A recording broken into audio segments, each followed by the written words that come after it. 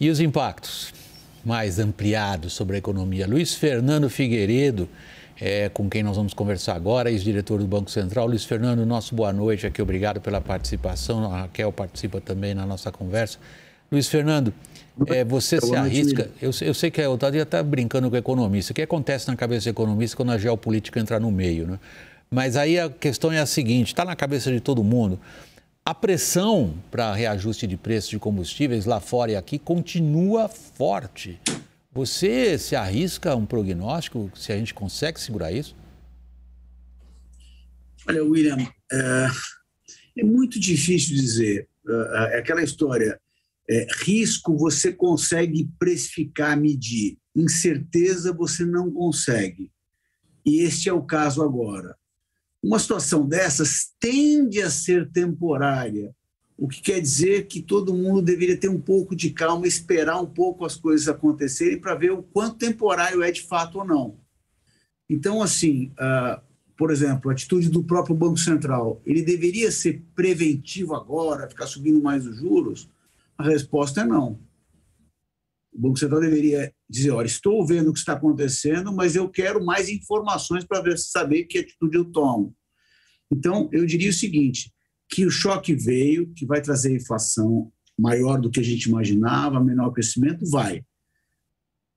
Agora, o quanto isso vai ser realmente grande ou não, precisamos esperar ainda para ver. Raquel? Luiz, vou insistir no ponto que você falou. Você já disse que o Banco Central não devia apertar o passo aí nos juros por conta desse choque de preços, mas a estimativa de inflação para este ano, que estava ali perto dos 6%, já tem analista falando a 7,5%. O Banco Central não corre o risco de ficar atrás da curva? Olha, qualquer número novo agora, desculpa o francês, mas é um enorme chute. Então vai ter analista, né? Vem até aquela competição, quem é o mais pessimista. Na verdade, ninguém sabe. O que se sabe a inflação deve ser mais alta, sim. Agora, vamos imaginar por um segundo que em um mês esse conflito cesse e o preço do petróleo volte ao que era antes. Esse choque vai ter sido temporário e a inflação talvez seja o que se imaginava antes. Então, eu não estou dizendo que isso vai acontecer, que isso é o mais provável. Não estou dizendo, é um pouco cedo demais para você ficar se antecipando demais. Tem situações em que a gente deve reagir ao problema, mas desde que a gente tenha uma ideia mais clara do tamanho do problema. Ficar se antecipando, nós já estamos falando de uma economia que não vai crescer esse ano, né? Luiz, deixa eu arredondar a nossa conversa, chamando a sua atenção o outro lado do que a gente está vendo acontecer lá fora. Da mesma maneira que nós vimos a explosão dos preços de petróleo e o mega reajuste de hoje aqui no Brasil, a gente está vendo o preço de commodities que o Brasil exporta subindo. Uhum. Como que essas duas contas se equilibram na sua avaliação? Olha, o que naturalmente deveria acontecer é nós termos o câmbio apreciando no Brasil, né? Ou seja, como nós somos grandes exportadores de commodities e nós não somos importadores líquidos de petróleo, gasolina, ou seja, o efeito ele é um pouco até positivo para o Brasil, a gente deveria ter o câmbio apreciando. O que está na prática acontecendo é que o câmbio não está depreciando por conta dessa, digamos, crise de confiança que se instalou, que todos os emergentes tendem a sofrer, como os nossos ativos estão sofrendo, né?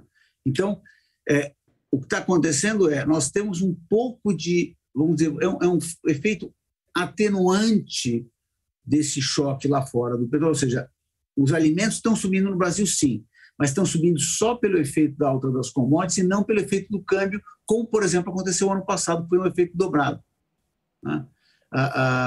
Eu não sei se eu acabei sendo muito complexo na minha resposta, mas o fato é o seguinte... Não, eu entendo a dificuldade.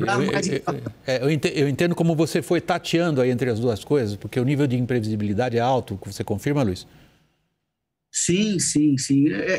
É muito alto. Quer dizer, não é aquela coisa, não, eu vou fazer uma conta mecânica. Não existe isso, porque são tantos efeitos ao mesmo tempo, né? Quais são os efeitos diretos?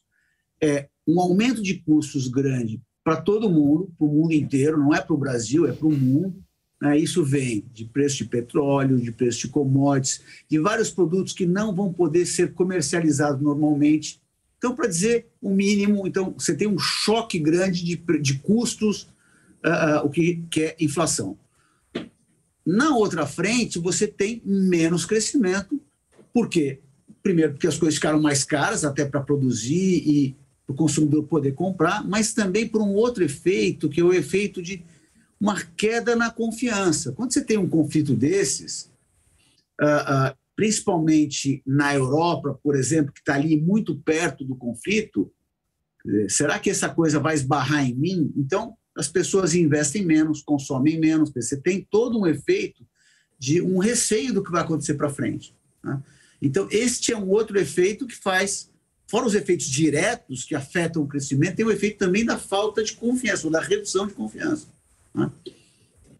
Luiz Fernando Figueiredo, economista, ex-diretor do Banco Central, em nome da Raquel e do meu, obrigado pela participação, Luiz Fernando, e boa noite para você. Obrigado, foi um prazer enorme. Tudo de bom.